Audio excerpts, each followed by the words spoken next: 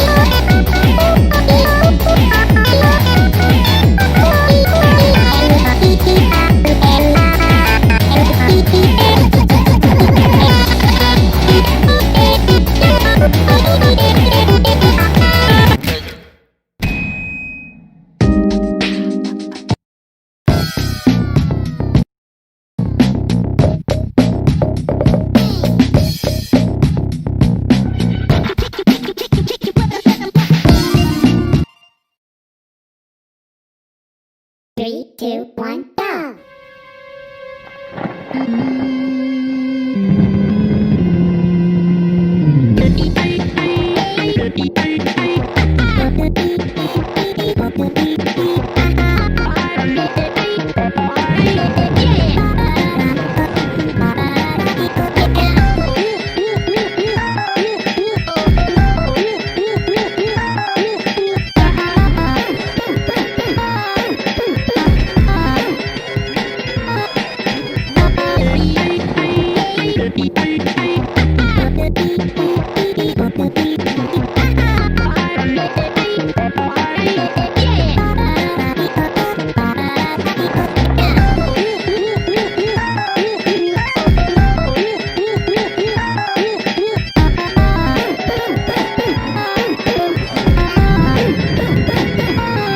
Break it down.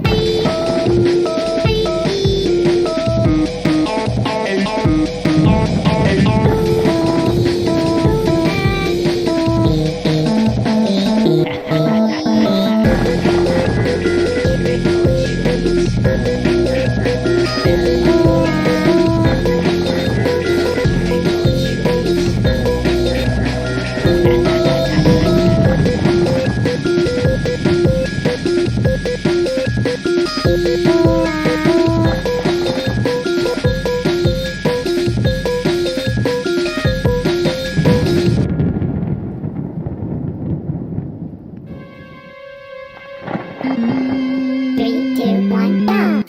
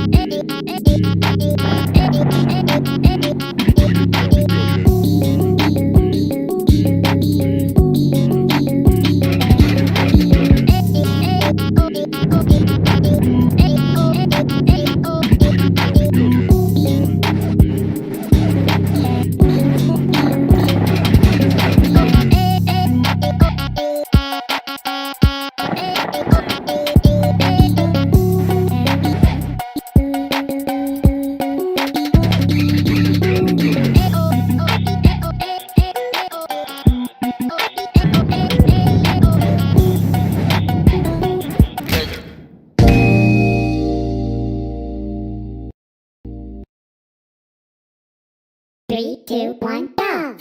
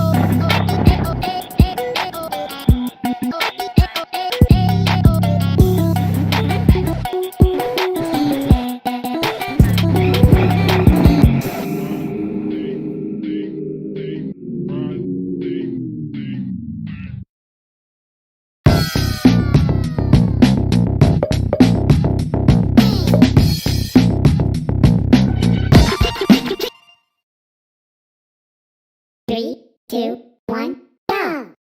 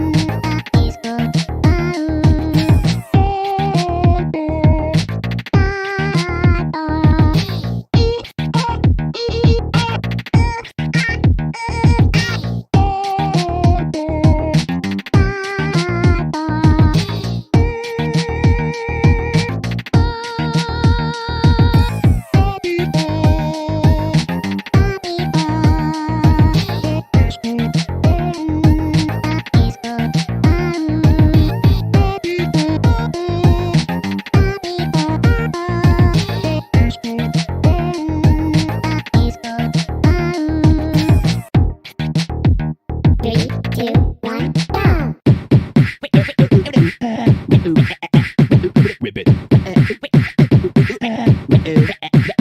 Twist.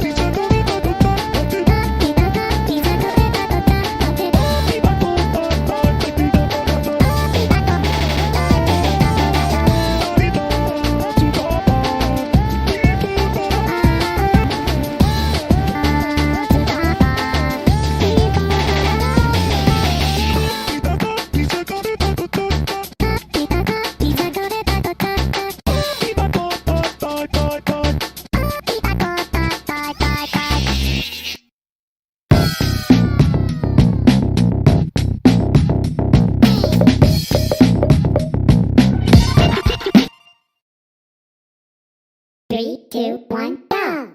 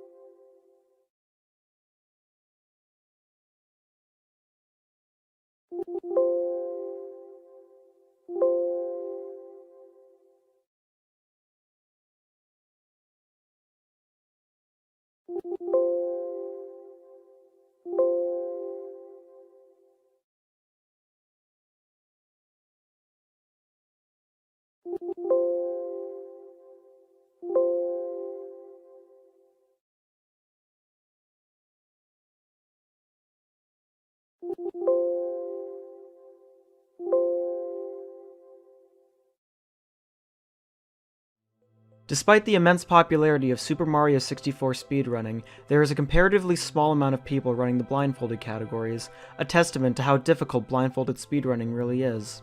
And so it was surprising when I was on Twitch this week and was notified of another runner doing blindfolded 16-star runs. Blindfolded runs of Super Mario 64 have recently been made popular by a small but extremely dedicated group of runners. However, there are clear differences between the runs that those already established players have done and the runs that this particular person is completing. The main difference, of course, being that this particular runner is creating fake runs and attempting to pass them off as real. I have here a video of one of these runs, and I aim to show some of the clear discrepancies between this run and the genuine blindfolded runs of SM64 that are out there. When watching this run, it's important to note that the author claims not to have practiced blindfolded speedrunning much at all, and that this is apparently only his third blindfolded run. He claims to make up for this with the fact that he's been playing Super Mario 64 for the past 3.5 years. However, it should be noted that despite the amount of time he has spent on the game, the best time on a run he has currently submitted is in 1826, a relatively mid-level time for 16-star. The first thing that actually put me off when I was watching this run was the fact that the streamer had both follow alerts and text-to-speech alerts on.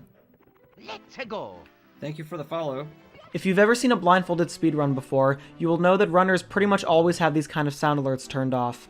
Considering how important sound cues are when you literally can't see, you would think that he would do the same. However, this guy is so good he apparently doesn't even need clear sound cues to do the run. Throughout this run, he also attempts multiple times to explain the strategies that he's been using, except there are multiple problems with what he's saying versus the things he's actually doing. He mainly claims to be using a combination of sound cues and muscle memory for most of his strats. Most speedrunners know, however, that visual cues in particular are just as important as muscle memory in many cases. It's very unrealistic to assume that anyone could just casually do a blindfolded run off of visual muscle memory alone, no matter how long that person has been playing. I've tried to do stars. I can't do 1 star blindfolded. Like, even though I've played this game for years and years and years, even trying to do 1 star blindfolded is insanely difficult. Blindfolded speedruns often employ what are called normalized strategies. A normalized strategy is any strat that is done in such a way that the outcome is always exactly the same. In Super Mario 64, many of these kinds of strategies can be employed. For example, moving in a cardinal direction on a controller with notches, using 2 slow walks to ledge grab at the corner of a platform, or punching against a wall to push Mario backwards a fixed distance are all normalized strats. As you can imagine, these kinds of strats are often completely different from the ones you would see in a normal run, and require hundreds of hours to properly learn. And yet this person is claiming to have a 33-minute time after openly admitting to having little to no preparation. Keep that in mind when you look at the so-called blindfolded strats that are claimed to be employed here. The run begins in Bob-omb Battlefield with Behind the Chain Chomp's Gate. Looking at a legitimate example by Bubsia, you can see that a consistent setup with clear intention is being used in order to get onto the Chain Chomp's pole. Note the use of a notched angle and fixed camera in order to guarantee a direct path to the pole from the corner of the gate. Comparatively, this runner seemed to have absolutely no normalized setup whatsoever. He takes what looks like either an intentional death or a legitimate mistake, and then tries again a second time. This time around, he seems to be using an almost completely different, yet still unnormalized setup to get onto the pole. The unexpected hit that he takes here from the Chain Chomp should have immediately thrown him off, and yet he is somehow still able to turn around and recover. The runner seems to be using intentional mistakes along with fake setups to try to sell the idea that he is actually blindfolded. Many more of these will come up throughout the run. The run is already off to a suspicious start, however the first absolutely massive red flag appears in Whomp's Fortress when the runner decides to opt for Owlless, a strat usually reserved for sighted runs. It should be noted how much the runner is talking during this very input-heavy and spacing-dependent section. Did I check for saves? No, because I don't save the game. Again, anyone who has watched a real blindfolded speedrun before knows how quiet runners tend to be during difficult sections. With how much focus and skill are required to complete a blindfolded run, it's an anomaly that this runner with barely any practice is so casually able to do a strat that no other blindfolded runner has attempted. And yet with absolutely no normalized strats, he seems to do everything with some relative ease. Looking at a run that this same runner has done without a blindfold, you can actually see that he can do the exact same movements, blindfold or not. His muscle memory must really be that good. On his first attempt, he is able to triple jump wall kick up to the floating island without giving himself any sort of indication where he is. With absolutely no normalization, he's able to attempt and fail Owless 3 times before finally landing it a 4th time. He even comments on the fact that he should probably learn how to use the owl blindfolded. Maybe I should learn how to just ride the owl blindfolded. It's anyone's guess why he didn't opt to learn this much more consistent strat in the first place. In the next star, he goes for the traditional cannonless setup that you would normally see in most sighted runs. Once again, looking at a blindfolded version of this strat, there is a clear intention with every input using normalized movements and guaranteed setups. Looking back at this run, however, the movement across the falling bridge and over to the piranha plant is extremely wobbly and very inconsistent. He then lines up next to the plank using these extremely small adjustments that have no audio cues whatsoever. Anyone that runs this game or has even tried this trick before knows that it's pretty precise. The only possible way anyone could do it blindfolded with the movement used here would be if they weren't actually blindfolded at all, and were instead using a distinctly visual cue. The run only gets more and more suspicious from this point onward. Following a couple more extremely wonky and unnormalized setups in Cool Cool Mountain, we reach Bowser in the Dark World. First Bowser's.